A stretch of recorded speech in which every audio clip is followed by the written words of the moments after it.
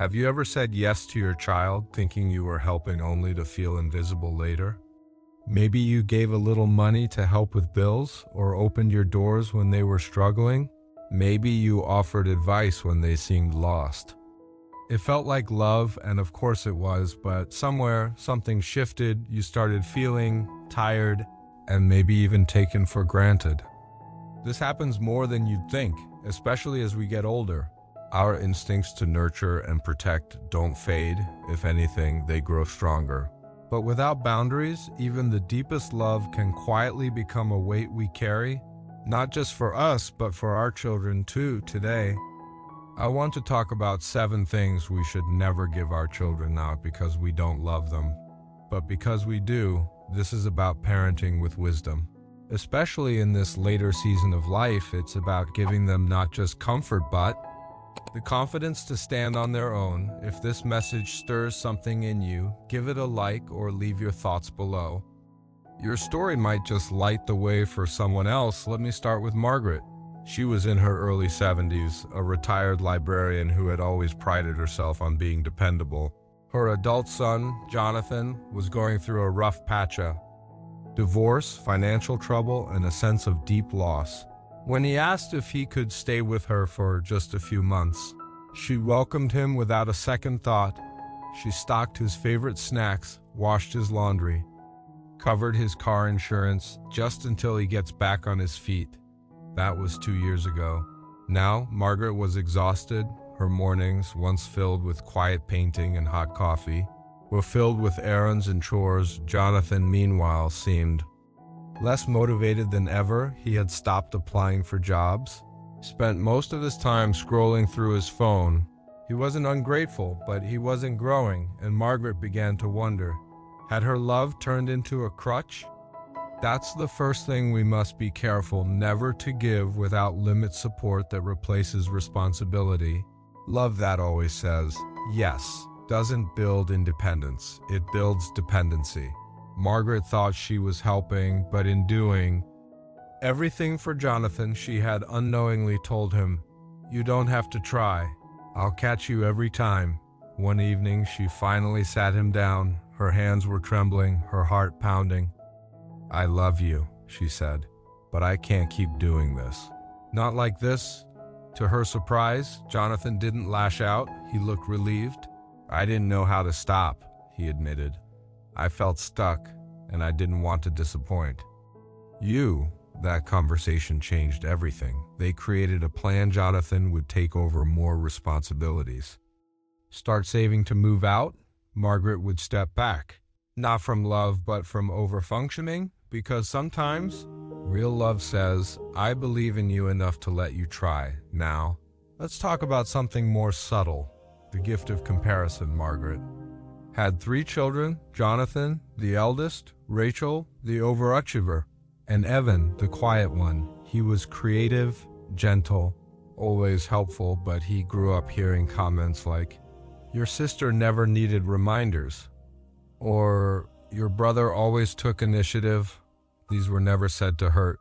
Margaret thought she was encouraging him, but to Evan, every remark was a quiet reminder that he didn't quite measure up. As adults, these wounds linger. One Thanksgiving, as the family gathered around the table, Evan finally spoke. "Mom," he said quietly, "do you even see me for who I am, or just who I'm not?" The room fell silent. Margaret's eyes filled with tears. She had no idea the impact her words had carried all those years. But that moment opened a new door. She began noticing Evan's strengths, his kindness, his thoughtfulness, his eye for beauty. She started telling him directly, "I love the way you think. I'm proud of how you listen to people." And slowly, Evan began to stand taller. We often think praise pushes people forward, but if it's laced with comparison, it can quietly erode their sense of identity. If you catch yourself thinking, "Why can't they be more like?" Pause, then look closer. You might find something beautiful you've overlooked. So we've covered 2 quiet but powerful missteps: helping too much and comparing without meaning to. Let's take a breath here, because this isn't about guilt, it's about growth. And it's never too late to change. Margaret had always been a planner. She believed that with the right encouragement, each of her children could do anything they dreamed. So she began planting seeds early, maybe too early, from the time Rachel was 10. Margaret called her my little Lowier. She praised her reading habits, her love of debates, and her knack for organizing everything from school projects to sock drawers. With Evan, she encouraged his art, filling the fridge with his doodles and calling him our family's Picasso. Jonathan, he was the leader, the one expected to take charge, build a career, and keep the family legacy alive. At first, it felt like love, but over time, those labels became expectations. And those expectations became identities. Rachel started having anxiety attacks before major exams, not because she didn't study, she did, obsessively, but because failure didn't feel like an option. Evan stopped drawing entirely in his 20s. I'm not sure I even like painting anymore, he once confessed, or if I just liked hearing Mom praise me. And Jonathan, who had enrolled in business school without ever asking himself if it was what he truly wanted, secretly switched majors his final year, choosing culinary arts instead. He didn't tell anyone for months. He was afraid of disappointing the one person who believed in him most. That's the third gift we must be careful not to give expectations that replace identity. Believing in our children is powerful, but when our belief becomes a blueprint, they stop building their own dreams. They become actors in a play we've written. Margaret realized this after Evan said something quietly devastating one evening. I don't even know if I ever liked painting or if I just liked making you smile. That was her wake-up call. She began shifting the conversation. Instead of asking, "What are you doing to reach your goals?" she started asking, "What brings you joy?" And something incredible happened. The pressure in the room lifted. The kids opened up more. They weren't just performing, they were connecting. Jonathan invited her to one of his first catering gigs. Instead of offering suggestions or financial tips, she watched from the corner, nibbling on a roasted vegetable tart, and said, "You look happy." And he was, "Love doesn't always need a plan. Sometimes it just needs presence. Now let's explore something that feels kind but often stings: unwanted advice." As parents, we've been through a lot. We've seen failure, heartbreak, regret, and we don't want our children to go through the same. So we share our wisdom, sometimes daily, sometimes without being asked. But here's the thing: advice, even when rooted in love, can feel like criticism. Margaret had a habit of calling her children after work, asking, "Did you eat? Did you call that person back? Have you thought about updating your resume?" To her, these were signs of care. To her kids, they started to sound like, "You're not doing enough," Evan once responded, gently but firmly. "Mom, can you just ask how I'm doing without trying to fix something?" It took her breath away. She hadn't realized how her well-meaning questions had made him feel small. She began practicing a new approach. Instead of offering solutions, she asked sincere questions. What was the best part of your week? Is there anything you want to talk about? And if advice was needed, she waited until they asked. That small shift brought them closer than years of checklists ever had when love tries to fix. It can feel like pressure, but when love listens, it becomes healing. Let's pause here. We've covered some deep waters: expectations, pressure, and the fine line between care and control, but we're not done. There are still more quiet gifts that often carry unseen costs. Let's keep going. There's more to uncover. And even more space for healing. They sat down and talked. For real and together, they decided to sell the house. The proceeds went not into another property, but into a writing retreat fund for Rachel. She took a sabbatical, wrote every day. Finished her first manuscript. Margaret learned something powerful. Not every heirloom needs to be handed down. Sometimes legacy isn't about preserving the past.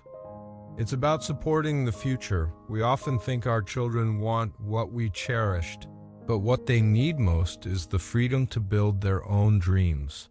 And when we ask instead of assume, when we listen instead of label, we give them something far richer than any material gift. So far, we've talked about love that helps, but also holds back, about money, advice, expectations, and gifts that sometimes come with strings we never intended. Let's take a breath, because there's still one more gift to explore, and it's the most tempting of all. It was the smallest gestures that made Margaret feel like a good mother, folding a clean shirt, cooking a favorite meal, answering the phone at midnight. These were her love languages, and for years they came naturally. But when Jonathan moved back home after a rough breakup, what started as nurturing quickly became routine, and then it became expectation. He had planned to stay for a few months, but 3 years later he was still there. Margaret told herself it was temporary, that he needed time, that the world was hard, but inside she started to ache. The laundry basket was always full. The kitchen never stayed clean.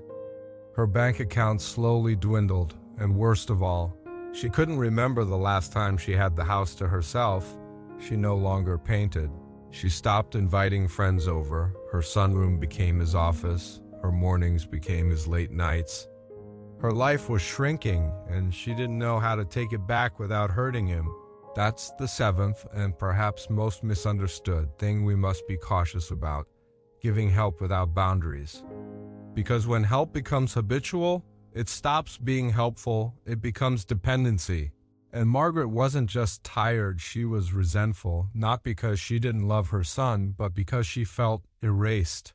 Many parents fall into this pattern, especially those with big hearts and grown children who are still finding their way. You step in once, then again, and soon it's a way of life. But love without limits isn't love. It's fear of conflict, of judgment, of being seen as uncaring. Psychologists say one of the most common regrets older parents have is not setting expectations sooner. It's not the helping they regret.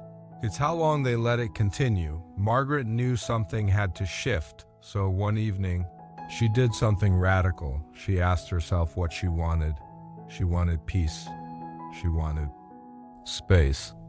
She wanted to feel like herself again, and so, with a steady voice and a trembling heart, she sat down with Jonathan. "I love you," she said, "but this can't go on. Not like this. I need my life back, and you need yours." Jonathan didn't explode. He didn't argue. In fact, he looked relieved. He admitted he had felt stuck too, that living at home had dulled his drive, that he missed the fire he once had. They made a plan, a real one. He would begin looking for an apartment. He'd start contributing around the house meals, chores, expenses, and Margaret would stop cushioning every fall. It wasn't easy. There were moments of tension, moments of doubt, but there were also moments of pride. Jonathan started waking up earlier. He applied for jobs. He invited his mother to dinner one evening and cooked her favorite dish. It was the first time in years Margaret sat at her own table as a guest.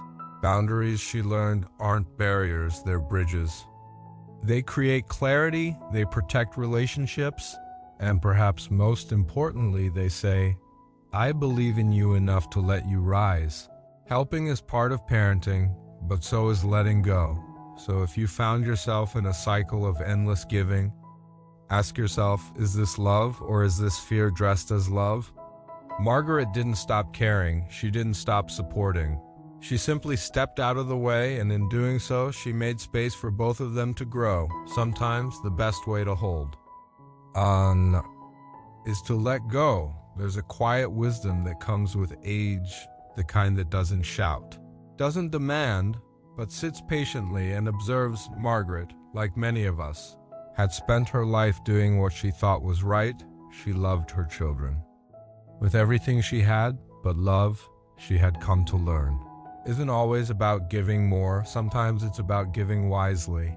She began reading more in her quiet moments, books on boundaries, parenting adult children, and ancient philosophy. One passage from the Stoic philosopher Epictetus stood out.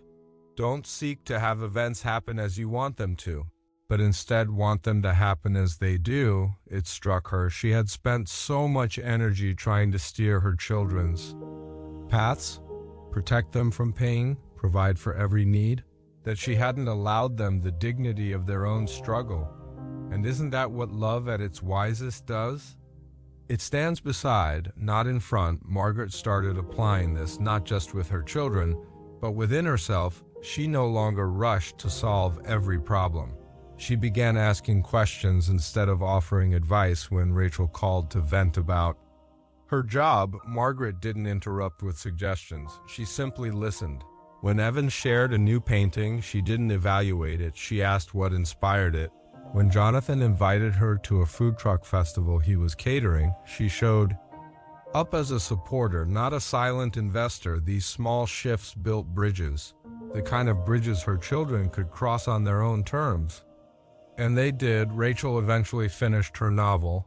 Evan started an art class for teens. Jonathan expanded his catering into weekend workshops. They stumbled, they soared, and all along they knew their mother was there, not as a crutch, but as a foundation. One Sunday afternoon, as the family sat in Margaret's garden with iced tea and laughter, Evan said something she would never forget. "Mom, I think the best gift you ever gave us was letting go." It brought tears to her eyes. Not because she had stopped loving them, but because she had finally started loving them in the way they truly needed. So, to every parent watching this, especially those in their 60s, 70s, even 80s, know this: it's never too late to redefine what love looks like. Never too late to build new patterns, new conversations, new understandings. Your love is your legacy, but your wisdom, that's your greatest gift. If this video spoke to something in your heart, don't let it sit in silence. Share your thoughts below. Someone else might need your story, your reflection, your strength. And if you'd like to be part of a growing community of elders who are learning, growing, and loving more wisely every day, give this video a like and subscribe to Vibrant Elders. We're not just sharing tips, we're building something sacred, because this stage of life isn't an ending.